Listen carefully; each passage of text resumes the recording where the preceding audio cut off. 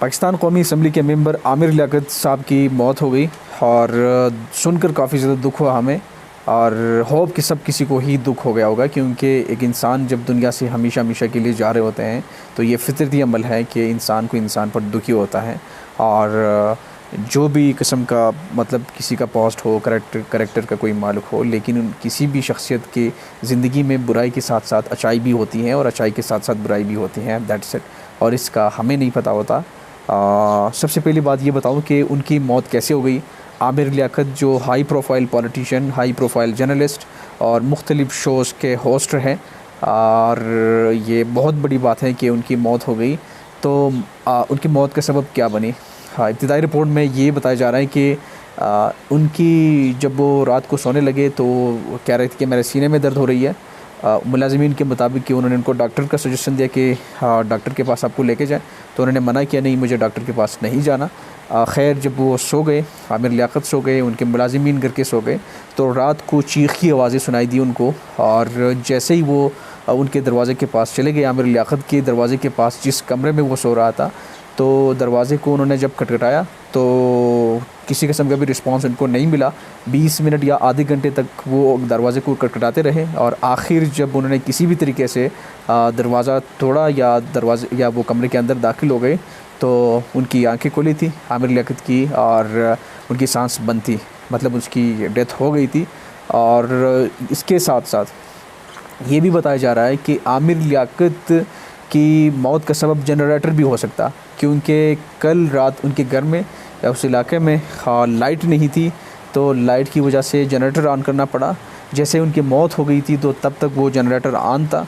और ये भी बताया जा रहा है कि जनरेटर जो गेट के पास था और उनका कमरा गेट से काफ़ी फासले पर है, वहाँ तक जनरेटर की धुआँ जो कार्बन मोनोऑक्साइड होती हैं, आप लोग जानते हैं कार्बन मोनोऑक्साइड जनरेटर से खारिज होती हैं, गाड़ियों में भी खारिज हो सकती हैं। जिस तरह के लास्ट टाइम मरी में कार्बन मोनोऑक्साइड की वजह से काफ़ी ज़्यादा 20 से ज़्यादा लोग मर गए थे, तो इसी तरह मुख्तलिफ़ एक्सीडेंट में ऐसी किस्म की केसेस पेश आती हैं।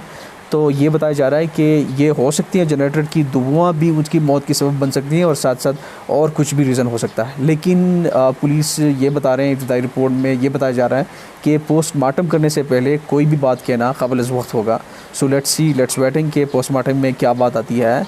और पाकिस्तान में ऐसी किस्म की केसेस की पोस्टमार्टम करना, उसकी जांचकारी करना बहुत ज़्यादा इम्पॉर्टेंट है, क्योंकि कुछ भी हो सकता है। ये कौमी असम्बली के मेंबर जो जहाँ तक पहुँचना एक बहुत ही बड़ी मेहनत के बाद इंसान कर सकता है और लोगों की खिदमत करने का मौका मिल सकता है इंसान को। जब आप एक MNA member of national assembly बन गए और दूसरे लोगों के मुनासिबत से बहुत ज़्यादा मेहनत करनी होती है उस जगह तक, उस मुकाम तक पहुँचने के लिए। So the things should be carried out in a very transparent way, तो हम जान सकेंगे कि क्या चीज़ हो गई है और क्या चीज़ नहीं हो गई है। और कंक्लूजन उस चीज़ का हम ये करेंगे, ये निकालेंगे कि हमें अकेले में किसी भी जगह पे नहीं जाना चाहिए। अगर इंसान अकेले में किसी कमरे में या किसी जगह पे जाते हैं तो इंसान के साथ कुछ भी हो सकता है। इंसान बेहोश हो सकता है, तो आपको हेल्प के लिए साथ में पुकारना लोगों के लिए, अगर इजीली आपके साथ कोई अवेलेबल हो जो आपकी हेल्प कर सकें इब्तिदा में, तो आपको बहुत बड़े ख़तरे से शायद आप बच सकते हैं। और ये बहुत ज़रूरी बात होती है कि हमें ना किसी कमरे में अकेले में सोना चाहिए, हमारे फैमिली मेम्बर होने चाहिए। जिस तरह की मैं कहूँ कि अगर आमिर लियाकत जो ये बताया जा रहा है कि अभी तक काफ़ी ज़्यादा देर तक पुलिस को उनके लवाहिकीन तक नहीं मिल रहा है कि उनकी दस्तखत ली जाए पोस्टमार्टम के लिए, या मुख्तलिफ जो प्रोसेस होता है उनका पोस्टमार्टम के लिए, या पुलिस की जो इन्वेस्टिगेटिव प्रोसेस का जो वो होता है उसके लिए उनकी लवाहिकीन तक अभी तक नहीं है कि उनके साथ मिले जाए। तो बड़े अफसोस के साथ कहना पड़ता है कि अगर आमिर लियाकत की कमरे में उनके फैमिली मेम्बर्स अगर कोई मौजूद होते तो शायद 30 मिनट तक बाहर मुलाजमीन दरवाज़ा खटखटाने की नौबत पेश ना आती। शायद बहुत ही जल्द उनको हेल्प के लिए कोई मिलता और may be the result was different. लेकिन जो चीज़ होती है, जिस चीज़ ने होना होता है वो होती हैं।